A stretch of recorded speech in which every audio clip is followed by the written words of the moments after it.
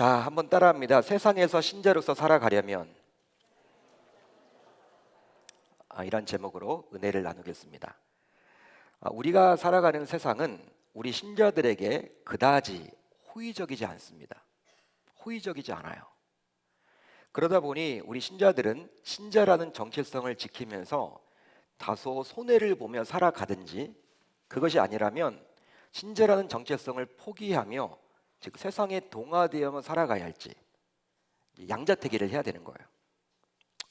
그러니까 세상에 동화되어 살아가든지 신자이지만 그냥 손해를 보더라도 신자의 정체성을 지키면서 살아가든지 이제 여러분들이 결정을 하셔야 돼요. 선택을 하셔야 됩니다. 목사님 저는 깍두기 할래요. 그렇게 해서 안 돼요. 세상에서는 우리를 깍두기로 받아들이지 않고 우리를 선택할래 아니면 니네 신앙을 선택할래 극단적으로 나갑니다. 그게 여러분 바로 세상이에요. 실제로 세상 사람들이 우리 기독교 신자를 바라보면서 하는 이야기의 대부분은 부정적이라 할 수 있죠. 부정적입니다. 들어보면 그들은 우리를 향해서 대단히 이기적이다, 또 편협하다, 타협할 줄 모른다, 좀처럼 손해를 보려고 하지 않는다, 협조하지도 않는다, 말과 행동이 다르다 등등등등. 그러니까 세상은 교회인 신자인 저와 여러분들을 향해서 너희들은 그렇게 살고 있다, 너희들은 말과 행동이 일치하지 않는다, 그런 식으로 이야기를 해요. 이런 이야기를 듣고 있노라면 신자의 한 사람으로서 솔직히 당황스럽기도 하고 다소 억울하기도 하고 어떻게 이런 세상 속에서 살아내야 할지 막막하기도 합니다. 그렇다고 해서 우리 신자들끼리 공동체를 이루어 따로 살아갈 수도 없는 노릇이에요. 왜냐하면 성경은 그걸 말하고 있지 않기 때문에 그렇습니다. 그러니까 성경은 우리가 세상에 들어가서 살아가되 구별되어 살아가지 분리되어 살아가라고 말하지는 않아요. 이게 어떤 말이냐? 그러니까 어떤 분들은 그냥 하도 여러 번 이렇게 직장에서 시달리다 보니까 믿는 사람들하고만 직장 생활을 하려고 그래. 또 예수 믿는 사람들끼리만 모여있는 그곳에만 가려고 한단 말이에요. 성경은 그걸 말하지 않습니다. 성경은 결혼은 불신자랑 하지 말라고 분명히 이야기를 하고 있지만, 예수님이 멍에를 같이 매지 말라고 이야기를 하지만, 우리가 삶을 살아낼 때는 학교, 직장, 사업을 하든지 뭐든지 간에 불신자랑 같이 하되 구별되어 살아라 라고 이야기를 합니다. 그렇기 때문에 교회는요 산에 있지 않는 거예요. 절처럼 떨어져 있지 않습니다. 바로 이 도시에 있고 시장에 있는 거예요. 우리의 삶에 있는 거예요. 이곳에서 어떻게 우리가 구별되어 살아가는가 참 쉽지 않죠. 그러기에 신자로서 이 세상을 피하기만 해서는 아니 됩니다. 그렇다면 신자는 이 세상에서 어떻게 살아가면 좋을까요? 오늘은 출애굽기 1장의 말씀을 통해서 답을 얻었으면 좋겠습니다. 자, 창세기 50장을 보게 되면 애굽의 총리였던 요셉의 죽음으로 창세기는 막을 내려요. 그리고 출애굽기 1장을 보게 되면 요셉의 죽음 이후 약 350년이라는 세월이 흘렀습니다. 350년. 그러니까 창세기와 출애굽기 사이에는요 약 350년간의 간격이 있는 겁니다. 그런데 요셉을 알지 못하는 새 왕이 애굽을 다스리게 되었어요. 그렇다면 이것은 어떻게 설명하면 좋을까요? 약 350년이란 오랜 세월이 흘렀기에 애굽을 다스리게 된 왕이 요셉에 대해서 알지 못했던 것일까요? 여러분 그렇게 생각하십니까? 세월이 흘렀으니까 자연스럽게 몰랐을 것일까요? 결코 그렇지 않아요. 실제로 애굽의 역사에 있어서 요셉이 총리 시절 행했던 경제 위기 극복은 약 350년이 지났다 하더라도 후대 왕으로서 몰라서는 아니 되었고 모를 수도 없습니다. 마치 우리나라 사람 누구든지 지금으로부터 약 400여 년 전 발생했던 임진왜란, 그 전란을 극복하도록 힘을 보탠 이순신 장군의 활약을 모르는 사람이 없기에 당시에도 350년이 흘렀지만 그 요셉이라는 훌륭한 총리에 대해서 모를 수는 없는 거예요. 실질적으로 일반 사람들보다도 더 교육을 많이 받았던 이 파라오, 애굽의 왕이 이 역사를 모를 수가 없는 거예요. 몰라서는 아니 되는 거예요. 그렇다면 왜 애굽의 새 왕은 요셉을 알지 못했을까요? 바로 애굽을 다스리던 왕조가 바뀌었기 때문입니다. 왕조가 뒤바뀐 거예요. 요셉이 총리로 활동했던 당시 애굽 왕조는 셈족이 중심이 된 힉수스 왕조였습니다. 노아의 여러분 세 아들이 있죠? 누구였습니까? 셈, 함, 야벳. 근데 그 가운데 셈족이 이렇게 아프리카 쪽으로 간 것 같아요. 갔다가 이제 힉수스 왕조를 이루어서 애굽을 다스리게 된 거예요. 그런데 그 힉수스 왕조도 히브리 민족처럼 유인으로서 정권을 잡았기에, 애굽의 정권을 잡았기에 요셉과 그의 가족들에게 호의적이었던 거예요. 그들은 소수였습니다. 그렇지만 이 요셉과 그의 가족들도 소수였잖아요. 처음에 한 70여 명 됐죠. 그리고 이방인이었단 말이야. 애굽 사람은 아니었어요. 자신들도 어떤 의미에서는 애굽에서 살고는 있지만, 정권을 잡고는 있지만 이방인이었기 때문에 자연스럽게 요셉과 그의 가족들에게 호의를 베풀 수밖에 없었던 것이죠. 팔이 안으로 굽는 거예요, 여러분. 마음이 쓰이는 것이죠. 그러다가 본래 애굽의 다수를 차지했던 함족 계열의 구스족이 이제 어느 날 힉소스 왕조를 축출하고 마침내 애굽을 새롭게 다스리게 되었습니다. 그러다 보니 그들의 입장에서는 이전 왕조에서 인기가 좋았던 요셉을 알려고도 하지 않았고 또 관심도 없었겠죠. 한마디로 역사 지우개에 나선 거예요. 왜? 이전 왕조에서 인기가 좋았던 총리였기에. 여러분, 이런 왕조의 변화 속에서 출애굽기는 시작이 되고 있어요. 요셉을 알지 못했다라는 것은 결과적으로 역사의 무지한 왕이 애굽을 다스리게 되었다라는 의미인데요. 이렇듯 역사를 알지 못했기에 애굽의 새 왕은 히브리 민족을 부정적으로 바라보며 본격적으로 핍박을 하게 됩니다. 역사를 모르기 때문에. 실제로 우리가 살아가는 세상도 마찬가지죠. 우리나라 근현대사에 미친 기독교의 영향은 가히 엄청나다 할 수 있습니다. 기독교의 영향은. 반상의 법도가 엄격했던 시절 기독교는 신분의 철폐에 앞장섰고 남성들에 의해서 차별받아야 했던 여성들에게도 남성과 동일한 교육을 받을 수 있도록 기회를 준 게 바로 기독교였어요. 또 많은 서양 선교사님들이 들어와서 이 조선 땅에 들어와서 근대 학교와 병원을 세웠어요. 여러분, 우리가 알고 있는 이 병원 개념, 학교 개념이요, 선교사님들이 다 세운 거예요. 우연의 일치로 여러분 만들어진 게 아니란 말이에요. 여러분, 본래 이제 학교가 없었죠. 이 선교사님들이 학교를 세우기 전에는 이 서당에서 훈장님에 의해서 이 한문만을 공부받았단 말이에요. 한문, 실용 학문이 아니라.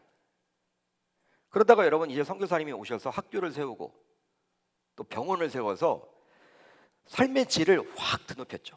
사람들로 하여금. 더욱이 우리나라가 해방 이후 왕정 국가를 버리고 민주주의 국가가 된 것도 기독교의 영향이 아니라고 단정 지을 수는 없습니다. 왜? 미국의 영향을 크게 받았는데 그 미국이 바로 기독교 국가였기에. 여러분, 해방이 됐는데 다시 일시조선으로 돌아가자, 그럴 수도 있었을 거 아니야. 그렇게 하지 않고 사람들이 어떻게 했어요? 투표를 통해서 대통령을 뽑자. 이게 미국 제도거든요. 민주주의. 그러니까 민주하지만 이 교회 영향이에요. 이게 여러분 우연일치로 일어난 게 아니란 말이에요. 이렇듯 기독교는 우리나라 근현대사에 선한 영향을 미쳤다고 볼 수 있습니다. 그러나 우리나라가 기독교 국가가 아니다 보니까 사람들은 이런 기독교가 우리나라 근현대사에 끼친 영향을 제대로 배우지를 못했죠. 또 학교에서 가르치지도 않아요. 왜? 종교석이 있기 때문에. 그러다 보니 요셉을 알지 못했던 새 왕이 히브리 민족을 핍박하고 박해한 것처럼 현재 세상의 많은 사람들은 기독교와 교회를 무조건 부정적으로만 바라보는 거예요. 교회가 얼마나 선한 영향을 끼쳤는데 이런 것들을 알지 못하기 때문에. 당시와 같았습니다. 그렇다면 당시 애굽의 새 왕은 왜 히브리 민족을 핍박했을까요? 바로 히브리 민족이 예상보다도 더 크게 번성하게 되어서 애굽이 외부의 적과 싸울 때 그 외부의 적과 히브리 민족이 내통하여 애굽 제국에 대항할까 봐 그것이 몹시도 두려웠기 때문이었어요. 이런 두려움으로 인해서 애굽의 왕은 히브리 민족에게 더 무거운 짐을 지우도록 국고성인 비돔과 람셋을 건축토록 합니다. 이 국고성은 국가에서 관리하는 물류 저장을 위한 성읍들로서 주로 곡식과 식량을 비축해 주는 곳을 말해요. 한마디로 식량 창고예요. 고대 사회에는 전쟁이 빈번했죠. 전쟁에서 가장 중요한 것은 무엇이냐면 보급이에요. 보급. 임진왜란에서 일본이 지게 된 것이 바로 이순신 장군이 보급로를 끊어버렸잖아요. 그리고 의병들이 이 곡창 지대인 전라도에 들어가지 못하도록 일본 사람들을, 일본 군인들을 하여금, 그러니까 여러분, 그들이 무기를 들고 왔지만, 조총을 들고 왔지만 먹지를 못하는 거예요. 굶어 죽게 생겼네. 여러분, 보급이 얼마나 중요한데요.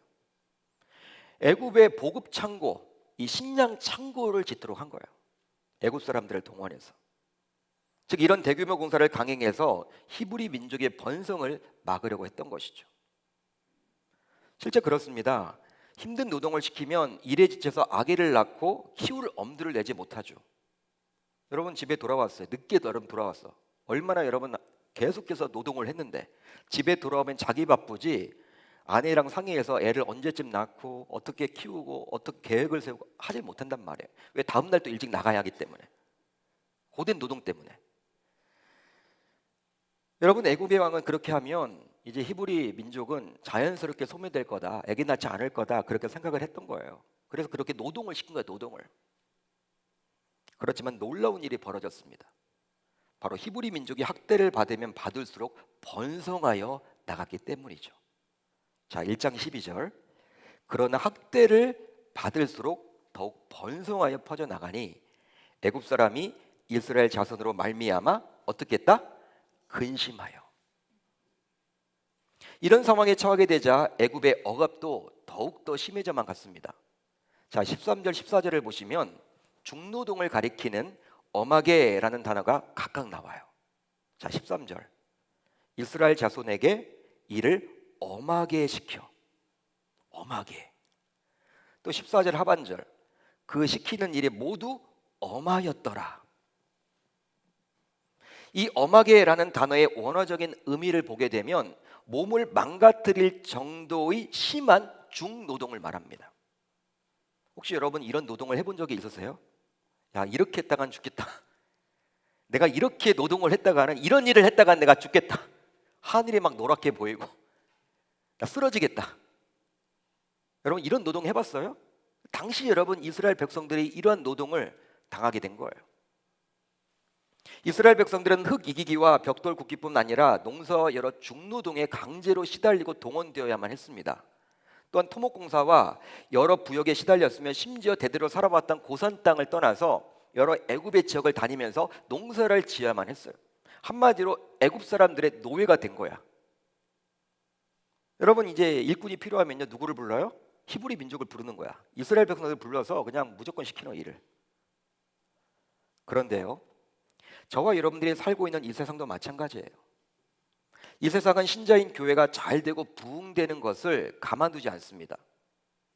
즉 어떻게 해서든지 히브리 민족이 번성하지 못하도록 막으려고 했던 당시 애굽 왕과 애굽 사람들처럼 이 세상도 교회에 대해서 부정적인 여론을 조성하기도 하고 교회의 긍정적인 면은 외면한 채 부정적인 여론을 조성하기도 해서 어떻게 해요?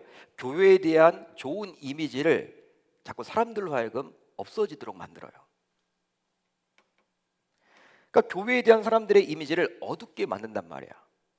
여러분 세상의 언론을 보세요. 교회 여러분 칭찬하는 기사는 전 보지를 못해서 거의 대부분이 어때요? 비난하는 거죠. 그게 막 부풀려가지고 나중에 감당하기 힘들 정도로. 여러분 그런 기사를 보게 되면, 그런 언론을 통해서 접하게 되면요, 교회 내에 있는 믿음 약한 분들도 교회를 떠나요. 교회가 왜 그래? 교회는 교회다워야지. 잘 알지도 못하면서. 또 세상 종교에서 교회를 오려고 해도 그런 기사나 그런 여러분 세상의 분위기 속에서 어떻게 해요? 교회 가는 거 한번 재고해 봐야겠네. 가려고 했다가 안 와요. 실제로 코로나 상황이 지속되면서 일부 정치적인 교회와 이단 사이비 교회의 문제를 가지고 한국교회 전체가 마치 코로나의 진원지가 된 것처럼 매도하는 일부 정치권과 그것을 여과 없이 검증 없이 그대로 보도하는 언론의 행태를 보게 되면 교회를 바라보는 세상의 시선이 현재나 2021년도를 살고 있는 현재나 출애굽기 1장의 시대나 별반 차이가 없음을 알 수가 있습니다. 당시나 지금이나 똑같아. 하나님의 백성들이 번성하게 되고 부흥하게 되는 것을 원치 않는 거예요. 여러분, 실제 우리의 생업의 현장인 직장, 사업장, 그리고 학교, 가정, 관계를 맺고 살아가는 모든 곳에서 신자이기에 겪어야만 하는 손해, 고통, 억울함, 섭섭함 등이 얼마나 많은지 모릅니다. 실제 그래요. 물론 기독교 신자에 대해서 대놓고 차별은 하지 않죠. 대놓고. 그러나 무언의, 즉 뭔가 설명하기 어려운 차별이 엄연히 존재하기도 합니다. 또 가장 마음이 편해야 될 가족들과 친인척들을 만나더라도 어때요? 자신보다 손위 어른 가운데 불신자가 있다면, 신자가 아니라면 듣지 않아도 될 그 불편한 이야기를 신자이기 때문에 들어야만 해요. 가족 사이에도 불편해. 가족들 사이에서도 대화가 안 돼. 그렇다고 해서 가족이고 친인척들인데 그분들을 모두 외면하며 살 수가 없죠. 그렇게 살아서는 안 되잖아요. 여러분, 우리가 살아가는 세상이 바로 이런 세상이에요. 어떻게 살아가실래요? 그렇습니다. 이처럼 이 세상은 우리 신자들이 잘 되도록 그냥 놔두지 않아요. 잘 되도록 그냥 놔두지 않습니다. 그러기에 이런 상황 속에서 우리 신자들은 너무나도 마음이 아프고 무겁고 답답하기만 하죠. 그런데 우리 이런 마음을 모를 리가 없는 사도 요한은 다음과 같이 저와 여러분들을 권면해 줍니다. 형제들아, 세상이 너희를 미워하여도 이상히 여기지 말라. 야, 너희들 왜 이상히 여겨? 세상이 너희들 미워하는 거 당연한 거야. 왜 그것 때문에 마음 아파해? 그럴 필요 없어. 당연한 거야. 그건 당연한 거야. 세상이 너희를 미워할 수밖에 없어. 이상히 여기지 말라. 신자들 가운데 종종 어떤 분들은 이렇게 말하기도 해요. 바로 우리 신자들이 세상에서 잘못 살았기에 세상이 우리를 미워하는 것이지, 우리가 제대로만 산다면, 윤리적으로 산다면, 도덕적으로 산다면, 투명하게 산다면, 깨끗하게 산다면, 말씀대로 산다면 세상도 우리를 그렇게 미워하지 않을 거야. 우리를 달리 볼 거야. 그렇게 말하는 분들이 있어요. 그러니까 우리가 자성해야 돼. 물론 그런 말 들으면요, 맞는 말 같아요. 맞기도 하고요. 여러분, 그러나 정말 그럴까요? 여러분, 어떻게 생각을 하십니까? 정말 우리가 말씀대로 살아내서 세상 사람들이 바라보기에 몹시 도덕적이고 윤리적이고 투명하고 깨끗하고 정직하고 성실하고 말과 행동이 일치하고 말씀대로 살아낸다면 세상은 우리를 미워하지도 않고 무작정 칭찬만 해줄까요? 야, 너희들 수고했어, 잘했다, 그렇게 해줄까요? 여러분, 어떻게 생각하십니까? 결코 그렇지 않다라는 거예요. 물론 우리가 말씀대로 살아낸다면 지금보다는 훨씬 세상의 미움을 덜 받을 거예요. 그렇죠? 덜 받을 겁니다. 그러나 궁극적으로 신자인 우리는 세상에 속히 있지 않기에 세상으로부터 미움을 받게 되어 있는 존재라고 예수님이 친히 말씀해 주셨습니다. 세상이 너희를 미워하면 너희보다 먼저 나를 미워한 줄을 알라. 예수님의 말씀인데, 세상이 여러분 교회를 미워하면, 성도들을 미워하면 누구를 미워하는 거예요? 예수님. 예수님이 친히 이렇게 이야기를 해주셨어요. 그러니까 사람들은 아우, 나는 교회 가 싫지 예수님 싫지 않다. 그렇지만 예수님은 그렇게 반응하지 않았어요. 너희가 세상에 속하였으면 세상이 자기의 것을 사랑할 것이나 너희는 세상에 속한 자가 아니요 도리어 내가 너희를 세상에서 택하였기 때문에 세상이 너희를 미워하느니라. 세상과 우리는요, 물과 기름과 같아요. 섞일 수가 없어. 그러니까 세상은 여러분 우리를 바라보면서 싫은 거야. 그냥 싫은 거야. 이유 없이 싫어. 그냥. 왜? 자신과 틀리기 때문에, 다르기 때문에, 다른 가치관을 가지고 살아가기 때문에. 그렇습니다. 신자인 우리가 세상에 속해 있지 않기에 세상은 우리를 미워하는 것이라고 우리 주님이 친히 말씀해 주셨어요. 그러기에 세상이 우리를 미워해도 그것을 고민하고 마음 아파하고 안타까워하고 이상히 여기며 깜짝 놀랄 필요는 없다라는 거예요. 오히려 그 시간에 하나님의 자녀로서 이 세상에서 어떻게 살아내면 좋을지 그곳에 신경을 더 써야 하는 것이죠. 다시 말씀 안으로 돌아가 보면 이제 애굽의 왕인 바로는 학대가 통하지 않게 되자 이제 마지막 수단 한 가지를 동원하게 됩니다. 즉 인위적으로 히브리인의 인구를 줄일 정책을 펴게 되었어요. 바로 무엇이냐? 히브리 산파를 동원해서 히브리인 신생아들이 태어났을 때 아들의 경우 사산 처리를 하도록 무서운 지시를 내렸습니다. 한마디로 애굽 제국의 왕권으로 두 산파였던 십부라와 부하에게 감히 거역하기 어려운 명령을 내린 거예요. 히브리 산파 둘에게, 이 십부라와 부하에게. 그렇다면 왜 유독 신생아 가운데 아들만을 죽이고 딸을 살리도록 했을까요? 여러분 궁금하지 않으세요? 죽이려면 다 죽이지. 히브리 민족을 말살하는 게 우선 목적이라면 다 죽여버리면 되지. 뭐 아들은 죽이고 딸은 살리고 복잡하게 왜 그렇게 했을까? 바로 히브리 민족의 사내 아이는 장차 장정이 되면 군사가 되어 애굽의 유업이 될 수도 있지만 계집 아이의 경우는 어떻습니까? 유업이 되지도 않고 오히려 노동력을 제공하기도 했죠. 더욱이 남자아이들을 다 죽이게 되면 이 여자아이들이 이제 혼기를 맞이하게 되었을 때 결혼을 해야 되는데 히브리 남자아이들이 없기 때문에 누구랑 결혼하게 돼 있어요? 애굽 남자랑 눈이 맞아서 결혼할 수밖에 없기 때문에 자연스럽게 히브리 민족은 멸망할 수밖에 없다라고 당시 애굽의 왕은 생각을 했던 거예요. 아무튼 이런 무시무시한 바로의 명을 받게 된 두 산파, 여러분들이 두 산파라면 어떻게 하시겠습니까? 아마도 두 산파는 두려움으로 덜덜 떨었겠죠. 왜 그러지 않겠습니까? 어쩌면 처음으로 산파라는 직업에 대해서 후회를 했을지도 몰라요. 야, 내가 괜히 산파가 되어가지고 이게 뭐야, 이러지도 못하고 저러지도 못하고. 세상의 최고 통치자인 바로의 명령을 어기게 되면 자신들은 더 이상 살아있다 해도 살아있는 존재가 아니겠죠. 지금의 대통령제보다도 훨씬 강력한 파워를 가진 애굽의 왕이 직접 자신들을 불러서 이야기를 했는데 그걸 어긴다? 살아있다고 해도 살아있는 게 아니에요. 그렇다고 해서 자신들이 살자고 아무 죄 없는 자신의 어린 동족들을 죽일 수는 또 없잖아요. 진퇴양난. 어떻게 하실래요? 그러게 두 산파의 고민은 깊어져만 갔습니다.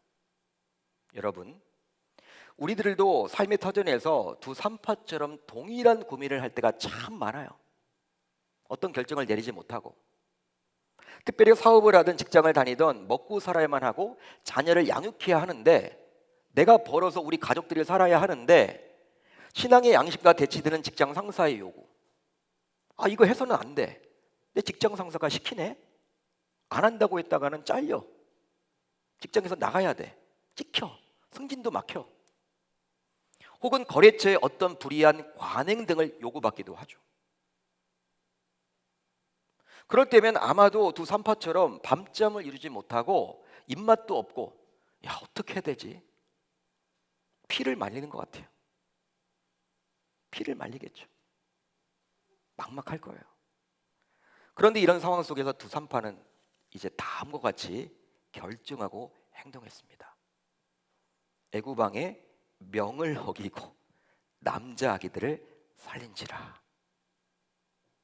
아멘이 안 나오죠. 아멘할 수가 없겠죠. 두 산파는 애굽 왕의 명령이 아닌 신앙의 양심을 지키고자 결정합니다. 즉 믿음을 지켰고 말씀을 지켰어요.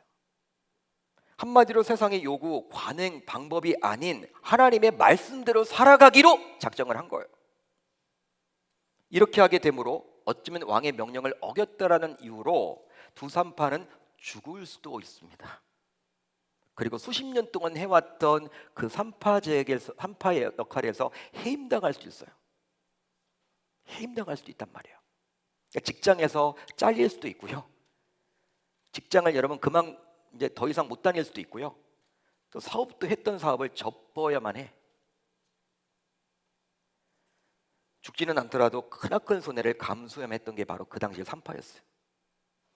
당시 두 산파는 왕의 명령을 지키기만 하면 법적으로 아무 문제가 없어요. 실제로 왕의 명령을 지키는 것은 곧 아기를 죽이는 살인 행위였죠. 그렇죠? 그럼에도 불구하고 당시 왕의 명령이 곧 법이었기에 그 왕의 명령을 지키지 않는 것이 문제가 되지, 왕의 명령을 지키기만 하면 두 산파는 아무런 법적인 책임을 지지 않아도 됩니다. 그렇지만 두 산파는 이런 죽음의 위기를 뒤로 한 채 신앙의 양심을 지키고자 최선을 다했습니다. 그렇습니다. 성경은 우리들에게 믿음으로 살라고 말씀을 해요. 믿음으로 살아야 된다. 삶과 신앙이 분리되어서는 안 된다.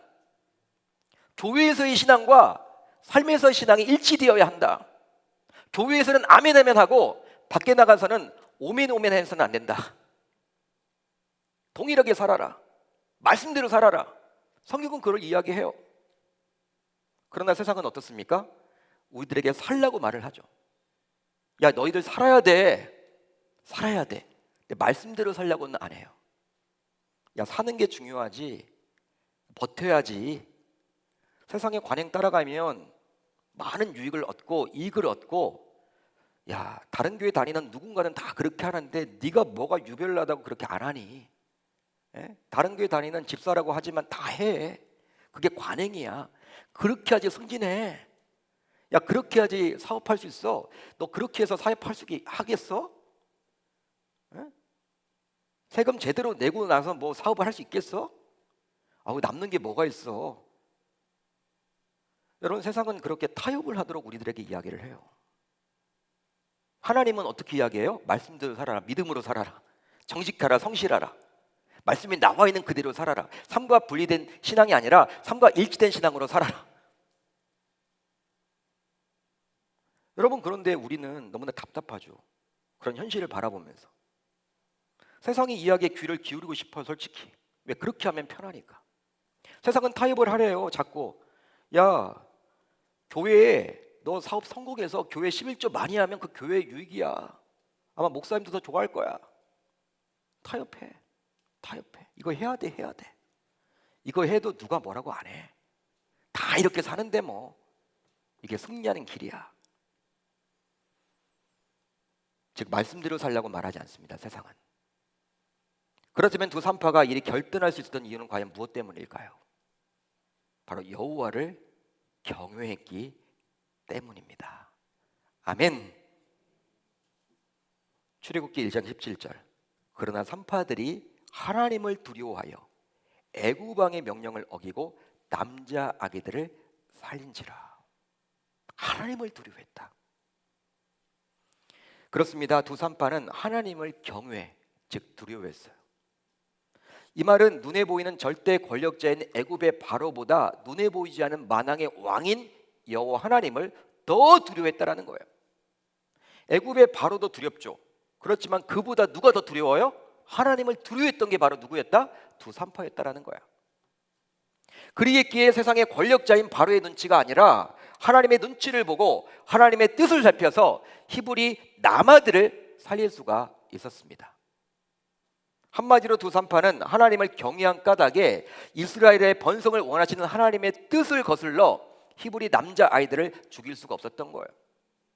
분명히 하나님께서는 이스라엘 백성들에게 아브라함에게 너희 민족이 번성할 것이다라고 이야기했잖아요. 이걸 알고 있는데 신앙의 양심상 아이들을 죽여서는 안 돼. 하나님이 더 두렵기 때문에 그걸 지킬 수가 있었단 말이에요. 이와 관련하여 예수님께서도 이제 다음과 같이 저와 여러분들에게 말씀을 해주고 있는데요. 여러분, 이 말씀을 정말 새겨 들으셔야 돼. 제가 마태복음을 수없이 많이 읽어봤지만 이 말씀이 지금까지는 와닿지 않았는데 이번 주에 말씀을 준비하면서 이 말씀이 제 심장, 제 가슴에 새겨졌어요. 한번 제가 소개하고자 합니다. 예수님의 말씀이에요. 몸은 죽여도 영혼은 능히 죽이지 못하는 자들을 두려워하지 말고. 예수님이 제자들에게 주신 말씀이거든요. 이건 뭐예요? 몸은 죽여도 영혼은 능히 죽이지 못하는 자들. 누구예요? 세상의 권력자죠. 세상의 직장 상사예요. 거래처예요. 그들을 두려워하지 말라. 오직 몸과 영혼을 능히 지옥에 멸하실 수 있는 이를 두려워하라. 할렐루야. 하나님만을 두려워해라. 지금까지는 이 말씀이 읽었겠죠. 제가 와닿지가 않았다가 이번 주에 확 가슴에 찔렸어. 아, 그렇구나. 우리가 누구를 두려워해야 되는가? 예수님의 이 교훈은 하나님을 경외하는 자가 가져야 할 마땅한 자세임을 알 수가 있습니다. 여러분, 사람은 누구나 예외 없이 죽음을 맞이하게 되죠. 저도 죽고 여러분들도 죽습니다. 나는 죽지 않겠다. 가장 큰 거짓말. 그 죽음 이후에는 반드시 심판을 받게 되어 있어요. 심판이 있습니다, 여러분. 아마도 두 산파는 죽음 이후에 맞게 될 그 심판을 생각했기에 하나님을 더 두려워할 수가 있었던 거예요.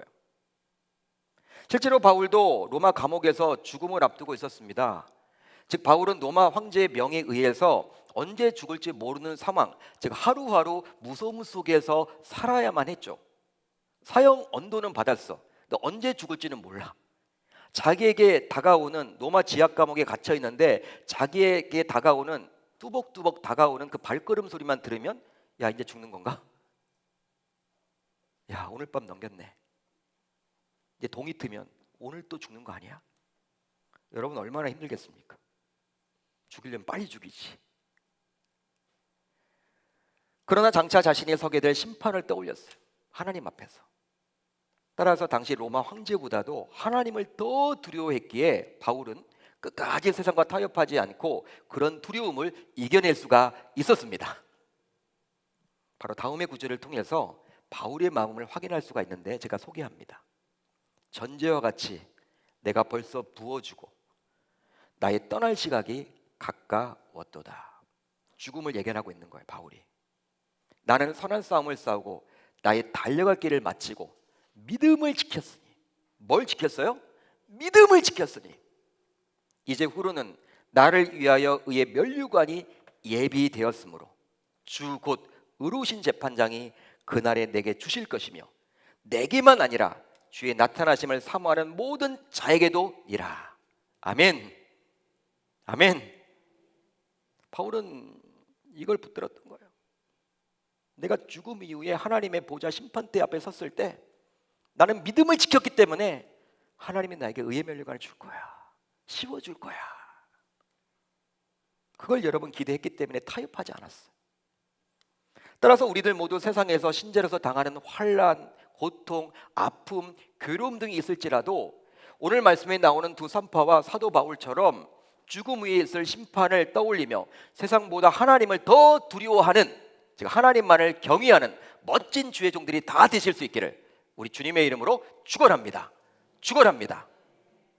이렇게 믿음으로 살고 말씀으로 살려는 산파들에게 또 다른 위기가 닥칩니다. 닥쳐요. 믿음으로 살려고 하면요 위기가 여러분 와요. 내가 여러분 세상에서 나아가서 직장생활 편하게 한다, 너무 여러분 좋다, 문제가 있을지도 있어요. 자기가 여러분들 예수 믿는 티를 안 내거나 그냥 여러분 세상의 가치관에 함몰돼서 살거나 그럴 거예요. 예수 믿는 티를 내거나 말씀대로 살려고 몸부림치면요 부닥치면 안 되니까요. 방해가 와요. 진짜 여러분 이 두 산파도 믿음으로 살려고 몸부림쳤는데 위기가 닥쳤어. 바로 무엇입니까? 애굽의 바로가 산파들을 직접 호출해서 왜 남자아이들을 살렸느냐 신문하기 시작해요. 물어봐요. 궁궐에 끌려갑니다. 여러분 애굽의 궁전이 여러분 얼마나 거창할까요? 여러분 우리나라 청와대만 하더라도요 엄청나대잖아요. 청와대 전 가보지 못했지만 그러니까 여러분들 아무리 재벌 최고 권력자를 하더라도 이 청와대에 딱 들어가면 그 건물 그 위압감이 느껴지는 거예요. 궁궐도 마찬가지. 애굽의 궁궐은요 이 청와대랑 비교가 안 되겠죠.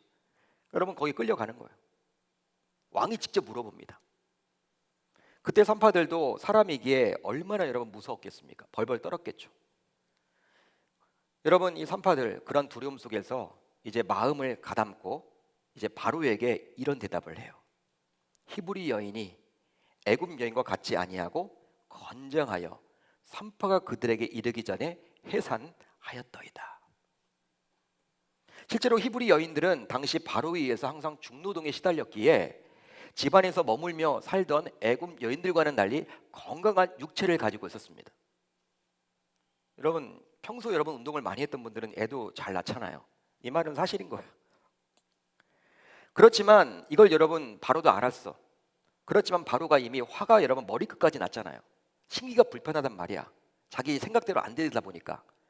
그렇게 두 산파는 왕의 명령을 어겼다라는 이유로 처형당할 수 있습니다. 솔직히 끌려가면서 여러분 그런 거 생각하지 않았을까요? 두 산파가 이제 끝이네. 유언장도 다 써놨을지도 몰라. 이제 끝이다. 이제 난 끝이다. 죽었다. 그때 하나님께서 그 산파들에게 은혜를 베푸사 그들의 목숨을 바로의 손에서 건져 주셨습니다. 할렐루야. 할렐루야. 하나님이 그렇게 해주신 거예요. 잘 보세요 여러분 말씀을. 그렇습니다. 보통 우리는 하나님의 은혜가 필요하다며 그 하나님의 은혜를 구하곤 하죠. 하나님, 저에게 은혜가 필요합니다. 저에게 은혜를 베풀어 주소서. 그렇게 기도하잖아요. 그러나 분명한 것은 아무 때나 하나님께서 우리에게 은혜를 베풀어 주지 않아요. 바로 어떨 때 베풀어 줍니까? 오늘 말씀을 보게 되면 신자인 우리가 하나님을 경외하며 말씀대로 살려고 몸부림쳤다가 위기를 만났을 때, 죽음의 위기를 만나거나 어떤 손해를 보거나 막심하거나 했을 때, 신앙이 지키고자 몸부림쳤다가 위기를 만났을 때 그 위기 속에서 하나님께서 개입하사 우리들에게 은혜를 베풀어 주십니다. 이걸 믿으시면 아멘. 믿으시면 아멘. 다니엘이 바로 그런 삶을 살았죠. 실제로 다니엘은 메대와 바사의 총리였지만 다리오 왕보다도 하나님을 더 두려워했기에 평소처럼 기도를 했어요. 하지 말라던 기도를 했어. 하나님이 두렵기 때문에. 그러다 어떻게 됐어요? 사자굴에 들어갔죠. 그렇지만 하나님을 경외한 다니엘이 위기를 만나게 되자 하나님이 개입하시자 사자의 입을 봉해버렸어. 며칠 동안 굶었던 그 사자들의 입을 봉해버렸어. 즉 이 다니엘은요, 오늘 본문에 나와 있는 두 산파와 같이 하나님의 은혜를 맛보게 되었습니다. 할렐루야, 할렐루야. 이제 산파들의 이야기가 마지막으로 나와요. 이 말씀 이후로 성경에서 더 이상 이 두 산파의 이야기는 나오지 않아요. 자, 오늘 말씀 21절 우리 한번 같이 읽어봅니다. 21절 시작. 그 산파들은 하나님을 경외하였으므로 하나님이 그들의 집안을 흥왕하게 하신지라. 그렇습니다. 두 산파는 자신의 집안을 위해서 기도한 적이 있을까요, 없을까요? 없었어요. 성경 말씀을 보게 되면 자기를 위해서 기도하지 않았어. 자기 가족들을 위해서 기도하지 않았어. 그냥 오로지 하나님을 경외하며 자신에게 맡겨진 일에 충성을 다할 뿐이었어. 그런데 하나님을 경외한 두 산파에게 우리 하나님께서 그의 집안을 흥왕하게 해주셨습니다. 할렐루야, 할렐루야. 이것이 바로 놀라운 축복의 원리인 거예요. 보통 우리들은 자신의 건강을 위해 기도하죠. 또 자녀를 위해 기도해요. 부자 되기를 원해요. 형통케 되기를 원해요. 자기 자신을 위해서, 자기 후손을 위해서 기도합니다. 해달라고, 달라고 하나님 앞에. 그러나 그런 기도를 하지 말라는 것이 아니라 그런 기도보다 더 응답이 빠른 것이 있으니 바로 무엇이에요? 여호와를 경외하는 거예요. 여호와를 경외하는 거예요. 왜? 하나님이 그것을 가장 기뻐하시기 때문에. 나를 선택했는데 하나님이 책임져 주지 않겠습니까? 그런 인생. 이제 말씀을 정리하겠습니다. 사람보다, 세상보다 하나님을 더 두려워하는 것이, 그것이 바로 하나님을 경외하는 거예요. 여러분들은 세상이 두렵습니까? 하나님이 두렵습니까? 그러게 오늘 말씀에 나오는 두 산파처럼 저와 여러분들도 오로지 하나님을 경외함으로 하나님으로부터 은혜도 입고, 뭐 은혜를 달라고 기도할 필요도 없어요. 그냥 경외하기만 하면 하나님이 은혜 주신다는 거예요. 또 나뿐만 아니라 우리 집안이 흥왕하게 되는 놀라운 축복도 받아 누릴 수 있기를 바랍니다. 여러분, 두 산파의 이야기가 출애굽기 1장에 나오고 2장부터는 그 유명한 모세가 기록되어 있어. 모세가 나옵니다. 2장부터는. 이것은 어떤 의미가 있을까요? 바로 두 산파가 하나님을 경외하지 않고 만약에 바로를 더 두려워함으로 남자아이를 모두 죽여버렸더라면 모세도 이 세상에 나올 수가 있다, 없다? 없다. 이것을 말하고 있는 거예요. 그러니까 모세 이전에 이 두 산파가 있었기에 모세가 있었던 거예요. 그만큼 두 산파의 여호와 경외는 그 여파가 대단하다고 볼 수 있습니다. 더 이상 안 나와요, 성경에는. 딱 출애굽기 여기만 나와. 그 두 사람의 이름, 십보라와 부하. 안 나와요. 모세는 많이 나오잖아요, 신약 성경에도. 근데 두 산파는 여기밖에 안 나와. 그렇지만 분명한 것은 이들이 여호와를 경외하지 않았더라면 모세도 없고요, 출애굽 과정도 없고요, 뭐 홍해 갈라진 그것도 없어요. 참 그분들이 대단한 거죠. 저는 그분들이 여러분 그래서 보고 싶어. 야, 어떠한 분이야. 나중에 천국 가서요, 그분들을 한번 만나고 싶어. 여러분, 우리가 모세 뭐 이런 분들은요, 바울 이런 분들은요, 다 여러분 존경하지만 오늘 본문에 나와 있는 두 산파, 이름도 빛도 없이 교회를 섬기는 분들이에요. 교회를 섬기는 분들, 여호와를 경외하는 분들, 누가 알아주지 않아도 여러분 묵묵하게 일하는 분들. 따라서 이제 우리들도 두 산파처럼 결단하시면 좋겠습니다. 바로 세상에서 신자로서 살아가기 위해서 우선적으로 만왕의 왕이고 우주 만물을 창조하시고 지금도 이 세상을 다스리시고 통치하시는 여호와 하나님만을 경외하겠노라고 다짐하고 결단하는 저와 여러분들이 다 되실 수 있기를 우리 주님의 이름으로 축원합니다. 축원합니다. 그렇게 살아가는 길만이, 것만이 바로 이 세상에서 신자로서 승리하는 유일한 길이기 때문입니다. 다른 방법은 없어요. 여러분, 하나님을 두려워할 줄 아세요? 하나님은 지금도 시퍼렇게 살아계십니다. 코로나를 두려워하지 마시고 하나님을 두려워할 수 있기를 바랍니다. 하나님이 우리의 행동을 보고 계시고 우리의 신앙을 점검하고 계시고 우리의 믿음을 주목하고 계세요. 그 하나님의 마음을 아프게 하는 저와 여러분들이 안 되었으면 좋겠고, 이 여호와를 경외함으로 하나님께서 부어주시는 그 은혜와 그 놀라운 형통의 축복을 받아 누리시기를 우리 주님의 이름으로 축원합니다.